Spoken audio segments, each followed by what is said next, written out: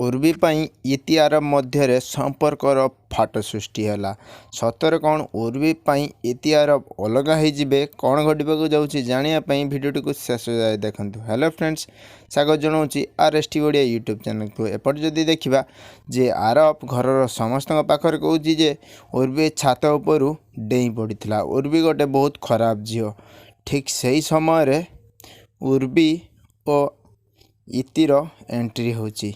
तापर इति तांको कड़ा जवाब दौजी जे आरब को जे आरब तुमर एटा भ्रम। तापर आरब कहूँ इति को जे तमे को अलग लोक पाई आम संपर्क को बाजी लगे दौच कहीं। तापर इति कहते को तृतीय लोक पाई आम संपर्क एते कम नुहे, आम संपर्क बहुत स्ट्रॉन्ग जे तृतीय लोक चाहिए भी कई आम संपर्क को छिड़े पारे नहीं। एमती कहते इति आरब को। तो दर्शक बंधु भिडियोर ट्विस्ट आसूची जे सतरे कौन उर्वी इति आरब को अलग करदेवे, संपर्कर फाट सृष्टि कर दुई जन को अलग करदेवे।